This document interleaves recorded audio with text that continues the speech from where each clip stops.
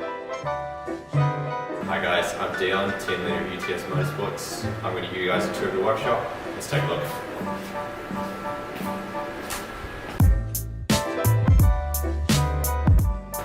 So as you walk in on the left hand side, this is our main working area here. We've got all the computers. This is where we do the design for our race cars.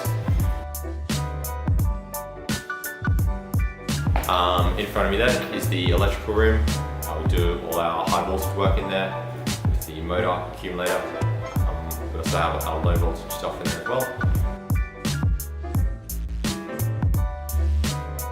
This is our main working area here. We've got our current car on the left hand side here, which we're going to be improving for this year. We've got things like the simulator, we've got some machines behind us, and this is where the main manufacturing and assembly of the car gets done.